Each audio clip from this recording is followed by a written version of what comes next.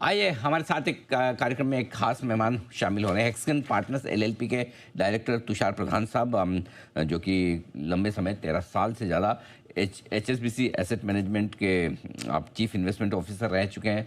दिग्गज विदेशी संस्थानों के साथ काम करने का अनुभव रहा है, जिसमें एआईजी है, और भारत में भी HDFC mutual fund, HDFC limited जैसी दिग्गज कंपनियों के साथ लंबी पारी खेली है तुषार प्रधान साहब ने। और आपने मुंबई से आपने बैचलर्स की डिग्री हासिल की है कॉमर्स में और इकोनॉमिक्स में, साथ ही एमबीए फाइनेंस किया आपने यूनिवर्सिटी ऑफ हार्टफोर्ड से भी। सर, बहुत बहुत स्वागत है आपका, धन्यवाद हमें समय देने के लिए। सबसे पहले, इस तरह के माहौल में जब लगभग हर रोज या तो हम गैप से ऊपर खुलते हैं या गैप से नीचे खुलते हैं, कैसे आप इस तरह के बाजार को अप्रोच करते हैं, कैसे संतुलन बनाते हैं, कैसे एक बैलेंस्ड अप्रोच लेते हैं, ये समझाएं सर। ये अच्छा सवाल आपने पूछा, क्योंकि इन्वेस्टर्स जो हैं ज़्यादातर जो न्यूज़ को देख के प्रभावित हो जाते हैं, और एक दिन बहुत अच्छा चलने के बाद उनको लगता है कि अभी अच्छा ही होगा, और एक दिन बुरा होने के बाद ऐसा भी लगता है कि शायद अभी यहाँ से निकल जाए। तो इसको बिहेवियरल इन्वेस्टिंग के अंदर इन्वेस्टर बिहेवियर जो है वो ज़्यादातर इम्पॉर्टेंट है रादर देन द फंडामेंटल्स। जैसा कि हम जानते हैं कि कंपनियों के भाव जो मार्केट में ट्रेड होते हैं वो ज़्यादातर परसेप्शन ऑफ रियलिटी पे ट्रेड होते हैं, मगर इन द लॉन्ग रन उनकी जो वैल्यू उभर आती है वो उनकी फंडामेंटल ग्रोथ और उनकी क्षमता है, जिससे कि वो और ज़्यादा बड़े बने अगले 3 4 10 15 सालों में, इसके ऊपर आधारित होता है। तो इसका मतलब ये दो चीज़ें अलग हैं। तो जब आपने जिक्र किया कि मार्केट कभी कभी गैप अप ओपन होता है, कभी कभी गैप डाउन होता है, तो इन्वेस्टर्स क्या करें? तो मेरे ख्याल से इन्वेस्टर्स को एक प्रश्न अपने आप से पूछना चाहिए कि वो इन्वेस्टमेंट किस टर्म के लिए कर रहे हैं, किस टाइम फ्रेम के लिए कर रहे हैं। अगर वो ज़्यादातर 10 5 या 10 साल की अवधि लेकर इन्वेस्टमेंट्स कर रहे हैं, तो मेरे ख्याल से कोई भी ऐसी चीज़ नहीं है जिससे कि हमें इन्वेस्ट नहीं करना है, क्योंकि इक्विटीज़ उस समय और ओवर दैट पीरियड आपको सबसे ज़्यादा रिटर्न देने की क्षमता रखता है। मगर अगर आप पूछें कि अगर एक साल में यहाँ से अपॉर्चुनिस्टिक अगर रिटर्न करना है, तो मेरे ख्याल से जब कभी भी डर का माहौल होता है, जब कभी भी fear is high in the sky, तभी इन्वेस्टमेंट्स करने से मुनाफा ज़्यादा होता है देन एवरेज। और जब कभी भी यूफोरिया है, जब जैसे आपने कहा कि भाई यहाँ से अब मार्केट बहुत ही अच्छा लग रहा है, जब ये माहौल हो जाता है, तो मेरे ख्याल से ये जो एक साल के निवेशक हैं वो थोड़े सतर्क होने चाहिए कि शायद ये कंटिन्यूअस होता नहीं है, क्योंकि ऊपर नीचे होता रहता है।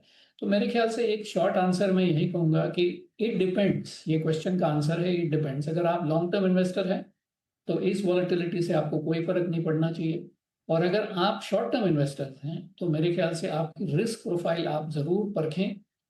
क्या ये वॉलेटिलिटी आप सह सकते हैं, इसका एक मुआयना आप करें। और जब कभी भी मार्केट बहुत नीचे जाता है वो देखता है, और जो एवरेजेस से बहुत नीचे आता है, तब निवेश करने में ज़्यादातर एवरेज के ऊपर रिटर्न आने की अपेक्षा आप कर सकते सही तरीके से आपने बताया कि किस तरह से इस ऐसे बाजार को आप अप्रोच करें, धीमे धीमे पैसा लगाएं, साथ ही ये भी समझें कि आप कितने समय के लिए पैसा लगा रहे हैं।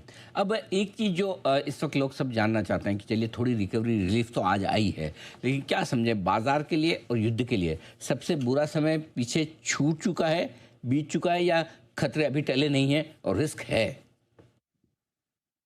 देखिए, हर कोई जानता है कि अगर युद्ध इससे आगे की लेवल तक जाता है, मतलब हम फिजिकल इंफ्रास्ट्रक्चर की डिस्ट्रक्शन की बात कर रहे हैं, लोगों की जान जाने की बात कर रहे हैं, मतलब ऑल आउट वॉर। ये सिनेरियो मेरे ख्याल से दोनों तरफ शायद अ, मतलब बहुत लो प्रोबेबिलिटी इवेंट होगा।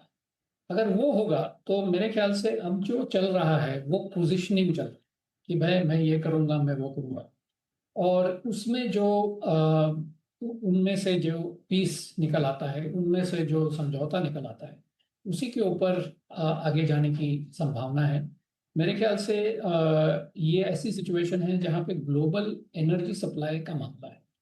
इसका ये मतलब हुआ कि ये कंटिन्यूअस और इनडेफिनिट जाने की प्रोबेबिलिटी कम है, क्योंकि उससे ग्लोबल ग्रोथ बहुत अफेक्ट हो जाएगी। और मेरे ख्याल से कोई ये नहीं चाहता, including the people who are engaged in war today, that they want this. They just want a limited, जो मैं कहूँगा कि उनकी जो स्ट्रेटेजिक ऑब्जेक्टिव है, वो अगर ज़्यादातर 70-80% अगर पूरी हुई देखते हैं, तो मेरे ख्याल से ये हॉस्टिलिटीज़ जल्दी से कम हो जाएँगी। मगर एक सिग्नल ज़रूर है पिछले 2 दिन से जब आया है, कि दोनों एक स्टेप पीछे जाने की पॉसिबिलिटी रखते हैं, जो अभी तक मेरे ख्याल से उभर कर नहीं आया था। तो मेरे ख्याल से यहाँ से अब आगे जाके हम इतना ही देख सकते हैं कि शायद अ, कल ही कुछ हो, ऐसा तो कोई नहीं कह रहा है। मगर अब मोड़ आ चुका है। यहाँ से अगर ज़्यादा अग्रेशन अगर हमने दोनों तरफ से देखा, तो वो एक थोड़ी, मैं कहूँगा, लो प्रोबेबिलिटी इवेंट होगी, मगर पॉसिबिलिटी रख सकते हैं। तो इसके लिए इसके ऊपर अगर निवेश करने के लिए हमने ठानी कि भई ये अगर है तो इसके ऊपर कैसे इन्वेस्ट करें? मेरे ख्याल से वो स्पेक्युलेशन बन जाएगा, क्योंकि हम सब स्पेक्युलेट ही कर रहे हैं कि क्या होने की बस संभावना है। मैं कहूँगा इन्वेस्टर जो है, जो भाव देखता है, कंपनी की वैल्यू देखता है, 10-15 साल के ऊपर जिसकी वैल्यू बढ़ने की क्षमता है, और वो प्राइस देखता है, बाकी की न्यूज़ नहीं देखता। और अगर 1 साल पहले देखें तो हम किसी और रीज़न को लेके बहुत चिंतित थे, आज कुछ और रीज़न के लिए चिंतित हैं, और अगले साल भी और किसी और रीज़न के लिए चिंतित होंगे। मगर उसके मुताबिक जो प्राइस नीचे आएगी, जो सही सफल निवेशक है, वो उस प्राइस को लेके पकड़े रहेगा, और ये जो नॉइज़ है उसको इग्नोर करने की पॉसिबिलिटी रखता है। बिल्कुल ठीक बात है। बताएं सर, इस तरह के बाजार में कहाँ निवेश करना उचित है? क्या कुछ पसंद है आपको? नहीं, इस बाजार में तो जैसे हम कहेंगे, पूरा डिस्काउंट मार्केट है। आप जो चाहिए चुन सकते हैं, और अगर आपने सोचा कि जो एनर्जी रिलेटेड जो कंपनी हैं, जो या तो ऑयल इंपोर्ट या रिफाइनिंग या डायरेक्ट ऑयल रिलेटेड प्रोडक्ट्स की रॉ मटेरियल्स वगैरह रखती हैं, उनमें थोड़ी वॉलेटिलिटी ज़्यादा रहेगी। जो डोमेस्टिक ओरिएंटेशन है, जो जिनको एनर्जी से इतना ज़्यादा तकलीफ नहीं होता, सर्विसेज इंडस्ट्रीज हैं, मेरे ख्याल से वहाँ वॉर की आंच तो आ गई, मगर फंडामेंटली उनकी बिजनेस में कोई तब्दीली हम देखते नहीं हैं। तो ऐसी कोई कंपनी अगर आप चुनें, जिससे कि हम जो अभी फिलहाल के लिए प्राइस कम आ चुकी है, उनकी अर्निंग्स में कोई फर्क नहीं आने वाला, या तो अगले क्वार्टर या अगले साल में, शायद वो कंपनियां ज़्यादा अट्रैक्टिव हैं इस समय। मैं समझता हूँ कि सारा ही हमारा इकोनॉमी डोमेस्टिक ओरिएंटेशन है, मगर कई सेंसिटिविटीज़ हैं हमारी जो एनर्जी रिलेटेड हैं। अगर उनसे थोड़ा दूर रहें, तो मेरे ख्याल से सफलता आपके पास होगी।